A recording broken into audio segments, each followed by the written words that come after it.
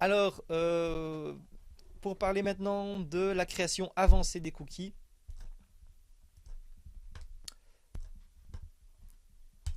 nous allons effacer tout ça.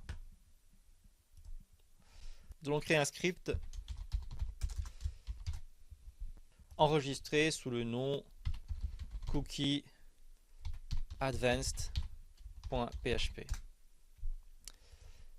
Alors, toujours avec cette cookie, cette fois-ci, on va s'intéresser à quoi? Mais en fait, on avait déjà, le premier paramètre, c'était le nom du cookie, ensuite la valeur, ensuite la date d'expiration, time plus 3600, voilà, un cookie d'une heure par exemple. Et puis ensuite, ça va être ce paramètre path, ensuite un paramètre domain, ensuite un paramètre secure, un paramètre HTTP only. Voilà. Documentation php.net. Vous tapez set cookie. Et là, vous voyez la syntaxe, le nom, la valeur, la date d'expiration, par défaut c'est 0, le chemin, le domaine, si le cookie est sécurisé ou pas, si il est en HTTP seulement. Ok? Donc on va s'intéresser maintenant à ces autres paramètres-là, mais je dois vous dire que si vous maîtrisez déjà les premiers paramètres, c'est le plus important. Les autres, c'est vraiment l'utilisation avancée et que vous avez peut-être moins utilisé voilà, dans la vie quotidienne. Bon, commençons tout de suite d'abord par nous intéresser au premier paramètre, c'est-à-dire donc le path. À chaque fois, c'est facultatif, hein, donc ici, je vais simplement m'occuper de celui-ci. Alors, ici, de nouveau, on met une chaîne de caractères, le dossier dans lequel le cookie est valable. Vous avez vu que quand je crée un cookie, on le voit par exemple, si je lance le cookie comme ceci, voilà. Voilà, le cookie info avec la valeur bonjour est disponible dans le domaine localhost et dans le dossier technique et tous les sous-dossiers. Donc ça veut dire que si dans mon disque dur, alors voyons voir tout de suite mon disque, voilà, dans ce dossier technique, si je crée un nouveau dossier, blog par exemple, dans ce dossier blog, je crée un fichier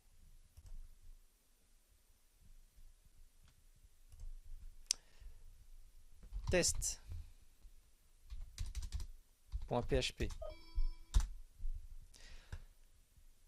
Je vais dans ce dossier, dans ce script test, je vais faire un var dump $_ cookie. Vous allez voir que voilà, dans le dossier blog, j'ai un script test qui lui aussi voit le cookie info. Je suis pourtant dans blog, mais blog est dans technique. Donc, tous les scripts qui sont dans technique et dans les sous-dossiers ont accès au cookie de chemin technique. Ok, donc c'est dossier en cours et les sous-dossiers.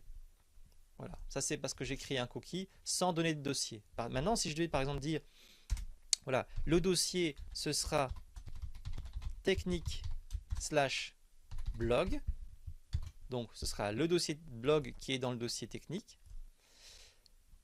Permettez-moi donc de supprimer les cookies ici. Voilà, je reviens sur Cookie Advanced. Il n'y a aucun cookie. J'ai demandé à créer ce cookie, pourtant, je ne vois aucun cookie apparaître. Je suis dans le dossier technique et aucun cookie n'a été créé. Parce que j'ai demandé à ce qu'il crée le cookie pour les scripts qui sont dans le dossier blog. Donc, comme je suis dans technique, je ne peux pas voir ce cookie. Maintenant, je vais aller dans le dossier blog et là, je vois le cookie apparaître. Je suis dans le dossier blog. Tous les scripts qui sont dans le dossier blog voient le cookie qui a été créé.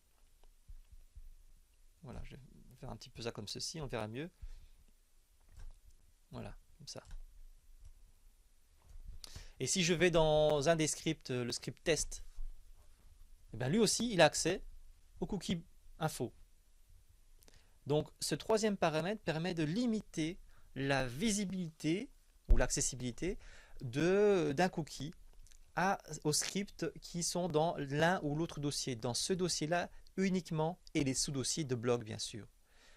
Par contre, les scripts qui sont dans technique ne pourront pas voir le cookie info parce que j'ai spécifié précisément uniquement ceux de blog et ses sous-dossiers. Alors par contre, si je veux créer un cookie qui est disponible pour tous les scripts de mon site web, quelle que soit sa position, ben c'est très simple. Je vais simplement donner ici le chemin racine, la racine du site web, slash. J'enregistre, je reviens sur mon script cookie advance pour l'exécuter. Et voilà, vous voyez que le script, le cookie info est disponible à la racine du site web. Et la racine, ce n'est pas technique, hein. La racine, c'est bien ici localhost slash. Voilà, c'est ça. Si j'efface tout ça, je viens à la racine de localhost, eh bien, mon cookie est toujours disponible pour tout le monde, n'importe quel script. Par exemple, ici, je ne sais pas ce que j'ai comme dossier, hein. Je vais dans météo, eh bien, météo voit le cookie info. Je vais dans modèle, il voit toujours le cookie info pour tous les scripts, dans tous les dossiers, tous les chemins, à partir de la racine. La racine et les sous-dossiers.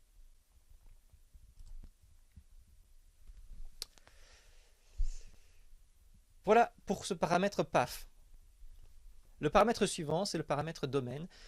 Ça, c'est pour spécifier dans quel nom de domaine. Ici, le domaine, c'est localhost, mais vous savez que ce n'est pas un vrai domaine. Et donc, on ne pourra pas tester ça sur un serveur ici local facilement.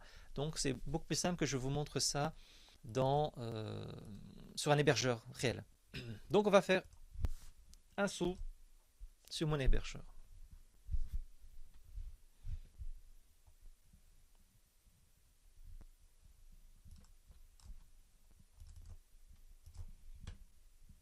Cette fois-ci, je vais aller sur une autre adresse. Là, je vais aller sur le domaine epfc.ledilettante.be, dossier 1. Voilà.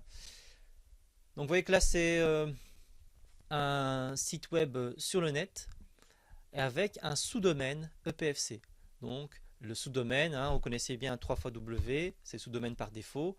Eh bien, on peut créer ici des sous-domaines. Bon, ça veut dire quoi? En fait, en réalité, ici, j'ai un dossier EPFC dans lequel il y a un dossier 1. Si je remonte ici, vous voyez bien que voilà, c'est des dossiers tout ça, hein, que j'ai nommé 1, 2, 3, 4. Et en fait, j'entre dans le dossier 1, mais j'ai donc bien un dossier EPFC, puis un dossier 1. Alors, ce dossier EPFC, je peux le remonter au niveau du sous-domaine ici, pour avoir une écriture plus courte de mon URL. Donc, au lieu de mettre EPFC ici, eh bien, je le mets ici. Voilà. Mais ça, c'est pas quelque chose d'automatique, on peut faire avec n'importe quoi. Il faut écrire quelque chose au niveau de notre hébergeur pour que ce soit possible et autorisé. Donc, ça, c'est ce que j'ai fait au préalable. Donc, j'aimerais bien que mon cookie ne soit disponible que pour les scripts qui sont dans le sous-domaine EPFC et pas pour ceux qui sont dans 3xW. Voilà mon intention.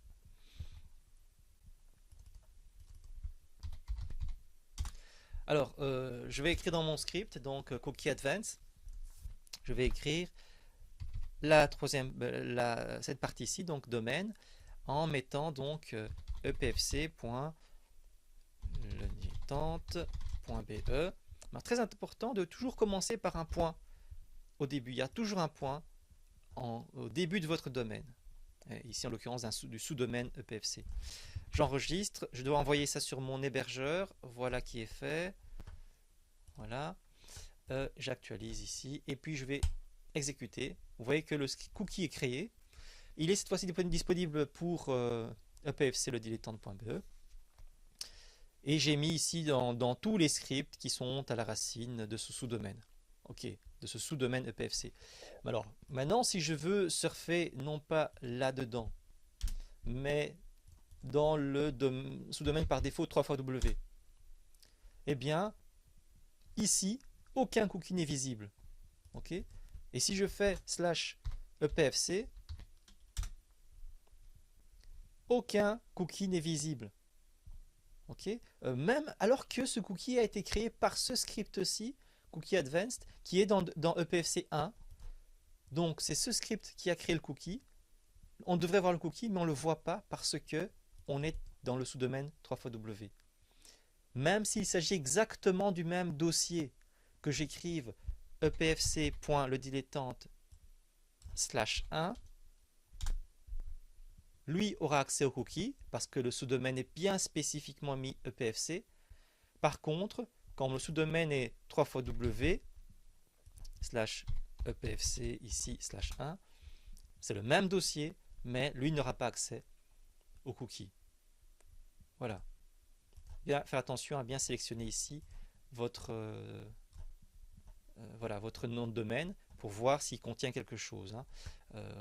On va faire la vérification pour l'autre ici, EPFC /1. Voilà, je sélectionne ici, voilà, et je vois le cookie apparaître. Donc voilà, c'est très simple donc de créer un cookie limité à un sous-domaine particulier. Vous devez créer des sous-domaines dans votre hébergeur. Donc là, il faut que vous alliez voir un petit peu ce qui est autorisé au niveau de votre hébergeur, la configuration de votre hébergeur. Et vous devez ensuite spécifier donc ce paramètre domaine en commençant bien par un point. Le cookie peut-il être sécurisé? Sera-t-il sécurisé ou pas? Donc, on va faire un autre. Je vais garder ici la version avec le PAF, la version avec le domaine, et maintenant une version sécurisée. Donc au niveau du domaine ici, je vais me contenter de mettre le domaine par défaut. Voilà, comme ça c'est disponible pour tous les sous-domaines. Voilà, domaine par défaut. Et puis je rajoute secure, qui lui est booléen, donc je mets true. Ok, on vient ici, secure à true, HTTP only à true. Aussi, secure à true. Alors secure, voilà, si le cookie doit être uniquement transmis à travers une connexion HTTPS. Ça, de nouveau, on ne peut pas tester ici en local, ou du moins difficilement. Chez moi, ici, je vais pouvoir, avec mon hébergeur, utiliser une URL HTTPS et voilà, c'est mon hébergeur de nouveau qui m'a fourni ceci. Et si ma mémoire est bonne, voilà. Et ceci était exactement la même chose que tout à l'heure, hein, le dilettante.be, sauf que maintenant je suis en HTTPS. Alors maintenant je dois faire attention. Non, je vais faire attention à mon domaine ici parce que ce n'est plus le même, hein, c'est celui-là. Voilà, donc je vais mettre ceci. Il est possible de faire calculer ça et donc de ne pas devoir l'écrire soi-même. Hein, il y a une variable pour ça. Voilà. Mais je m'occupe maintenant de voilà, mettre. Alors je ne mets rien, je mets false.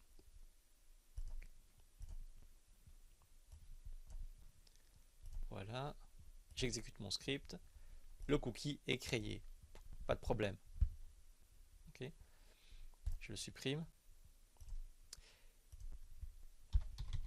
Je mets true. J'envoie.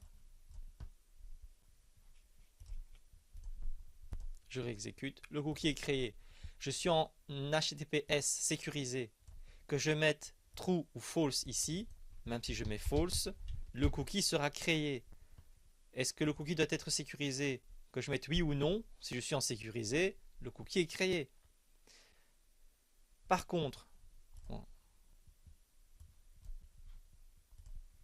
voilà, pour preuve, le cookie est bien créé. Hein. Que je mette true ou false ici, le cookie est créé.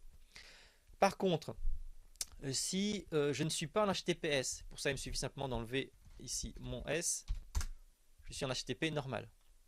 Okay. Je mets false, le cookie sera créé. Je n'oblige pas à être en sécurisé. Je mets false. Maintenant, je veux obliger à ce que ce soit un cookie créé seulement si c'est sécurisé. Je mets donc true.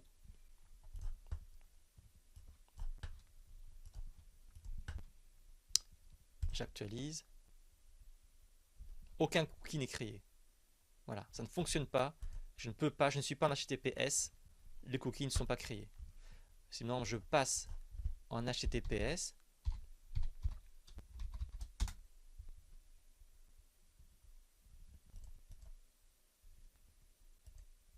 Voilà, le cookie est créé cette fois-ci.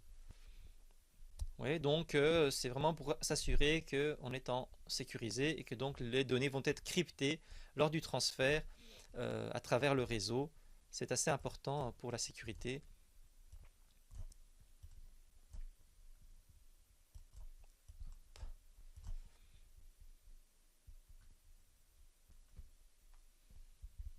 Secure, voilà.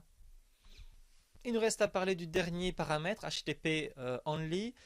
Ceci, nous dit la documentation, c'est pour ne rendre le cookie accessible que par le protocole HTTP. Donc, il ne s'agit pas de la différence entre HTTP et HTTPS ici. Il s'agit simplement d'être sûr que le cookie est demandé par un serveur, par un script serveur, par exemple PHP, et non pas par JavaScript, par exemple.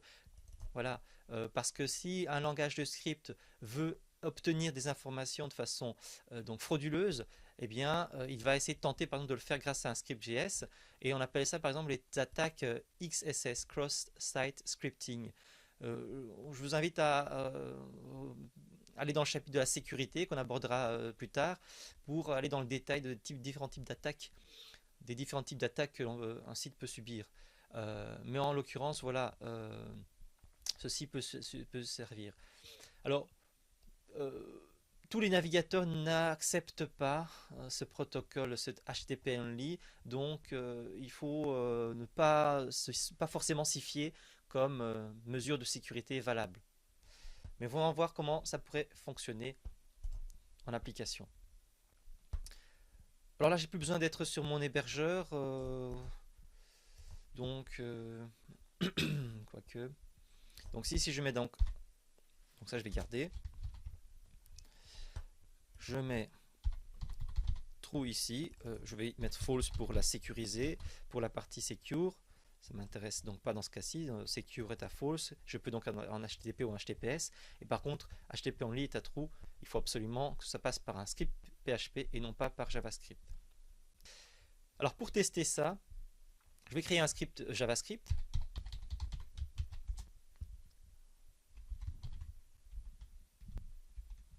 Et ce script va tenter de lire les cookies. Et pour ça, on a la fonction, on a la propriété document.cookie qui contient tous les cookies. Et je vais simplement récupérer ça. Voilà. Et puis écrire tout ça dans un document.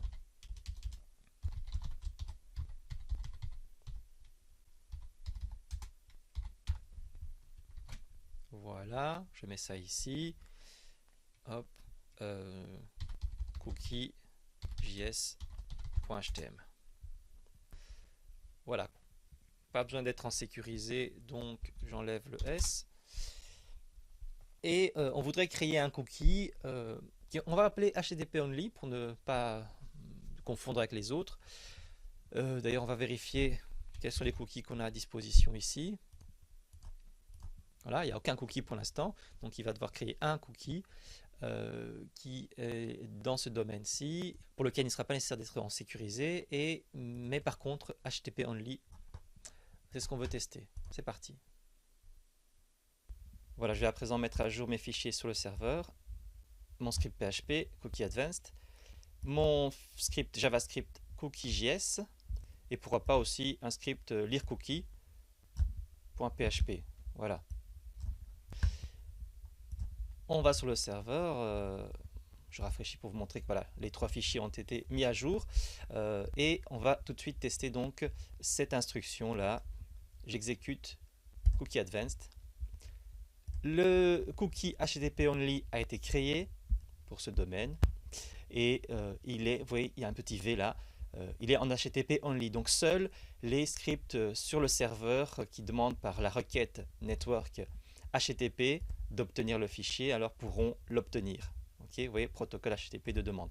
Très bien. Alors, par contre, je vais maintenant essayer de l'obtenir via cookie.js, donc un script JavaScript. Rien du tout. Ce script n'arrive pas à le lire. Il n'y a pas droit. Je reviens ici. Je recrée mon cookie. Voilà. Je reviens là.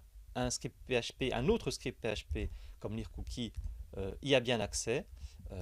Si on revoit un petit peu ce qu'on a mis dans lire cookie. Voilà, on pourrait réactiver ici ce var dump pour voir les cookies. Je le mets à jour sur le serveur. Voilà. Lire cookie voit bien mon cookie HTTP only sans problème.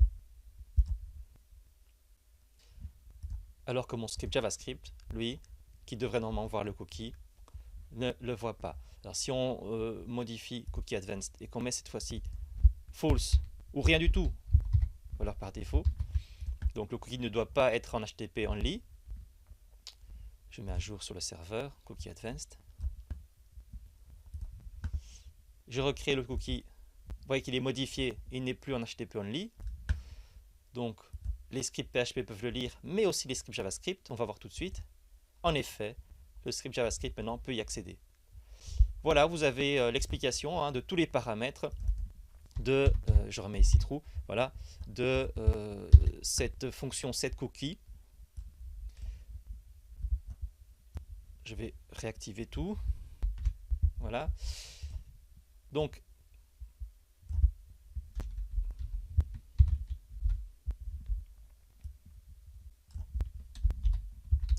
le name, la value, la valeur, la date d'expiration, le chemin d'accès, le dossier et les sous-dossiers qui ont accès, le domaine, le sous-domaine de validité, si le cookie est sécurisé HTTPS ou pas, et si le cookie est lisible uniquement sur les scripts serveurs et non pas JavaScript. Et alors je vais peut-être prendre deux petits exemples ici. Voilà ceci, celui-là, et voilà, en détail. En commençant par les deux premiers paramètres, le nom et la valeur. Le nom, la valeur, la date d'expiration. Ça c'est en trop. Le nom, la valeur, la date d'expiration et le dossier. Donc on avait vu par exemple qu'on pouvait le limiter au dossier technique / blog. Le nom, la valeur, la date d'expiration, le dossier, le sous-domaine PFC ici. Ou bien en plus de ça, si le cookie est sécurisé ou pas. Et enfin en plus de ça, si il est en HTTP only ou pas. Voilà un petit peu tout ce qu'on peut faire. Par contre, ce qu'on ne peut pas faire, c'est une version où on a uniquement cette cookie info, uniquement ça. Voilà, cette version-là ne sert strictement à rien. Alors, vous trouverez peut-être dans des tutoriels cette version-ci pour soi-disant supprimer un cookie. On va tout de suite tester ça. Je vais mettre ceci en commentaire. Voilà. Donc, je vais créer un cookie. Voilà. Je le remets sur mon serveur. Ici. Je vais effacer ça et maintenant je le réexécute. Donc voilà. Donc j'ai un cookie tout à fait normal avec juste la valeur bonjour. C'est cette version-ci. Voilà. Le nom et la valeur. Alors il y en a qui prétendent que si on enlève la valeur, comme ceci permet de supprimer un cookie. Je le mets sur le serveur. Regardez bien ce qui va se passer ici. J'actualise. Rien du tout, ça ne supprime pas un cookie. Ça va simplement mettre une chaîne vide comme valeur, mais le cookie est toujours présent. D'accord? Donc ceci ne permet pas de supprimer un cookie. Non, la seule façon de supprimer un cookie, les seules façons, c'est de mettre chaîne vide et une date dans le passé, comme par exemple 1. L'autre solution, c'est de mettre comme valeur false. Voilà. Là, on peut supprimer un cookie. Donc on va tester ça. Le cookie a bien été supprimé. Donc ne vous contentez pas pour supprimer de juste mettre le nom, ceci ne sert strictement à rien, ça ne supprime pas, ça modifie la valeur et ça met une chaîne vide comme valeur et une date d'expiration de session ceci n'est jamais utile finalement. Okay, donc au minimum, vous aurez toujours deux paramètres. Au minimum, vous aurez toujours deux paramètres, le nom et la valeur du cookie, et puis éventuellement les autres paramètres supplémentaires. Alors, ajoutons à cela encore d'autres petites considérations. Peut-être, alors qu'est-ce qu'on pourrait voir de plus? Les valeurs numériques, le fait que, bien sûr, on vous demande de mettre comme valeur une chaîne de caractères. Mais tout à l'heure, j'ai mis la valeur par exemple 15 entre guillemets. Donc je veux sauvegarder un nombre sous forme d'une chaîne numérique. Hein. Ceci donc fonctionnait très bien. On se retrouvait avec un faux et la valeur 15 ici. Mais on peut très bien le coder, non pas de façon chaîne numérique, mais 77 ici, comme un nombre, donc sans les apostrophes.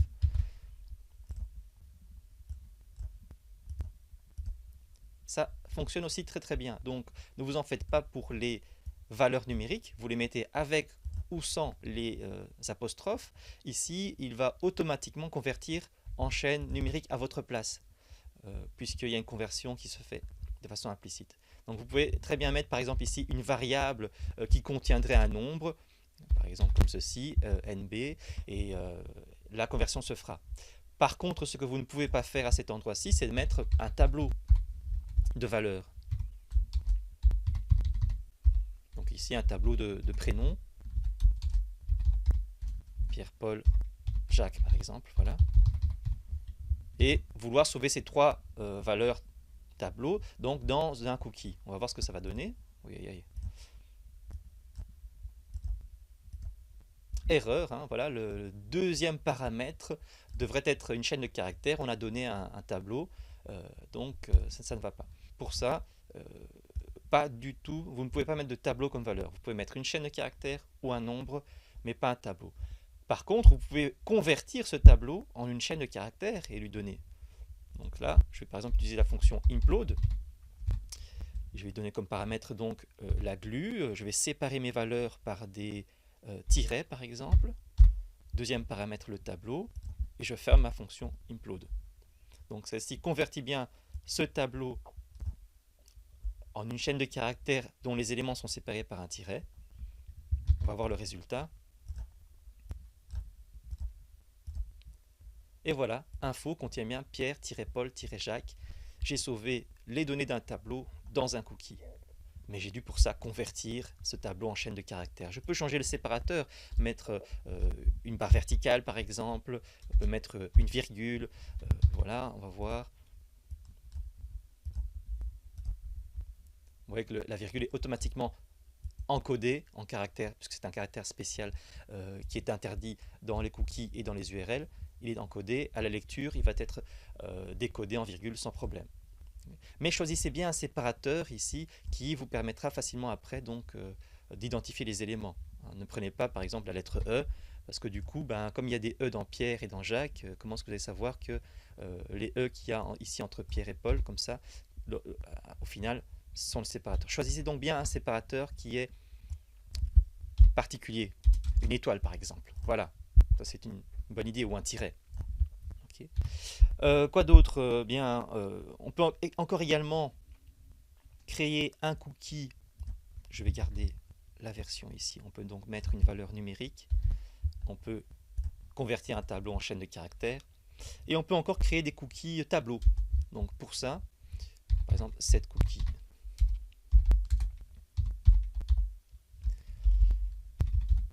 J'ai membre. Et je vais mettre crochet, case 0. Mon premier membre, c'est Pierre. Voilà. Mon deuxième membre, case 1, c'est Paul. Et mon troisième membre, case 2, c'est Jacques. Voilà. Je crée 3 cookies avec des valeurs différentes, mais vous allez voir ce que ça va produire. J'ai donc ici 3 cookies apparemment séparés, d'accord, membre 0 Pierre, membre 1 Paul, membre 2 Jacques.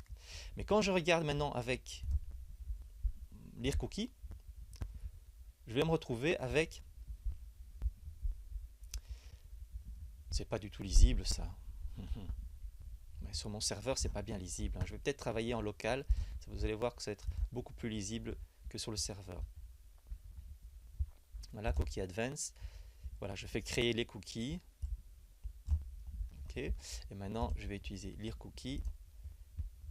Voilà, ici mon serveur local me présente mieux le résultat de VarDump. Je vois que mon cookie membre est un tableau également. Donc le cookie info est une chaîne de caractères. J'avais fait le implode ici du tableau en séparant avec un tiret. Et par contre, le cookie membre, ben voilà, est un tableau. Donc pour sauver un tableau de données dans un cookie, je peux soit le convertir en chaîne. Du coup, j'ai un cookie qui est une chaîne que je dois ensuite moi-même éclater après.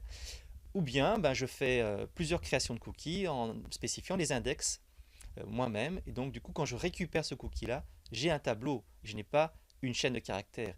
Pour preuve, si dans mon script lire cookie, j'écris vardump, non pas cookie tout le tableau, mais uniquement la case membre.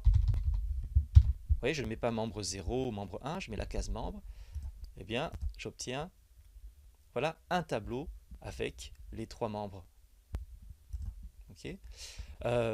Qu'est-ce que je peux faire d'autre? Ça, c'est parce que j'affiche ici info, qu'il y a ce truc-là en plus. Je pourrais dire, oui, mais je m'intéresse uniquement au deuxième membre. Voilà, je mets 1. Et là, j'ai uniquement Paul. Ok, j'ai accédé à ceci.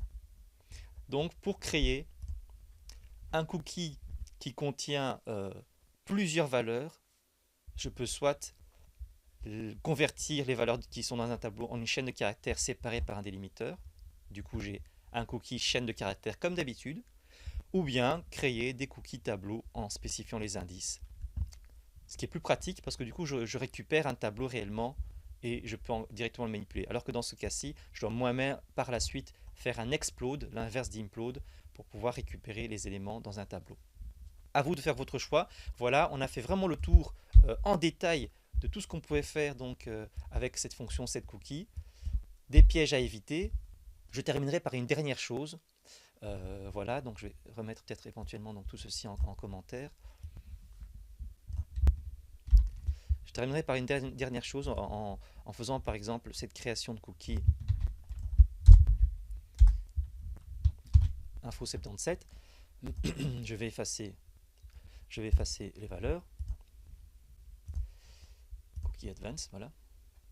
J'ai créé le cookie info77. Ce à quoi il faut faire attention pour terminer, c'est qu'il ne faut surtout pas essayer de lire le cookie dans le script qu'on a créé. Le cookie qu'on a créé dans un script n'est pas directement accessible. Si maintenant je mets $cookie info, je veux l'afficher par exemple.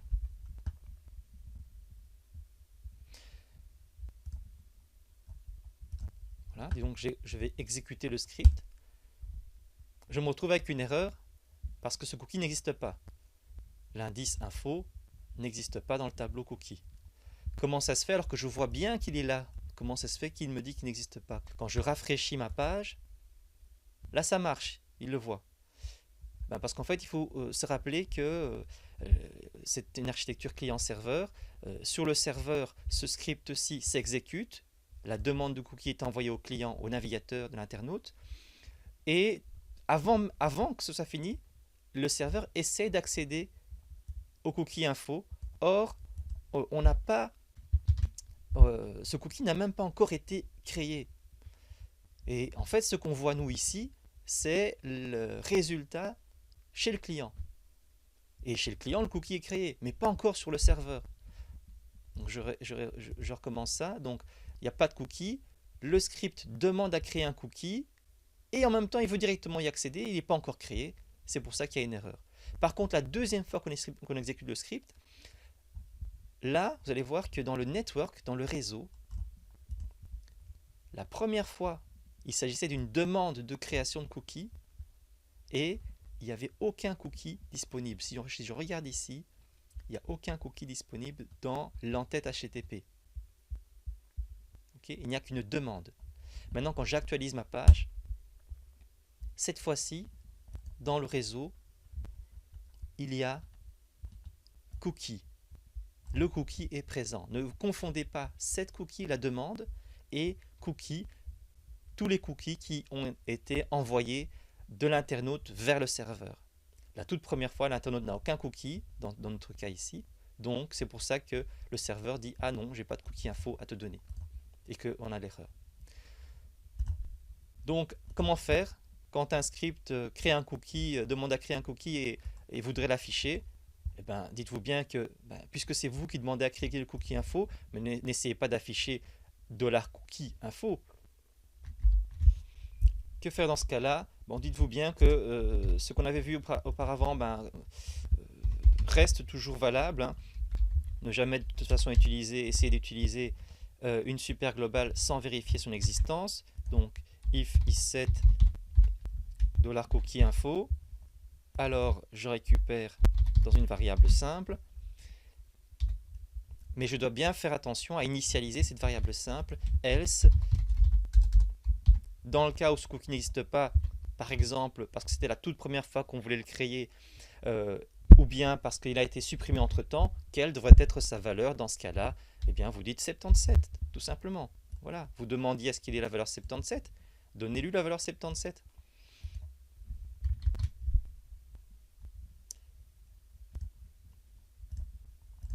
Voilà, je réexécute le script sans faire de faute. Ligne 19. Voilà, pardon.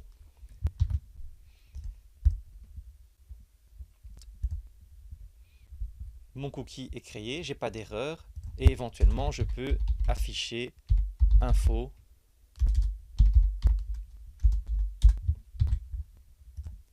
pour le voir. Voilà, que ce soit la première fois que j'exécute le script ou les fois d'après, je n'ai pas d'erreur et c'est ce que je voulais. Toujours donc vérifier que le cookie existe avant de l'utiliser.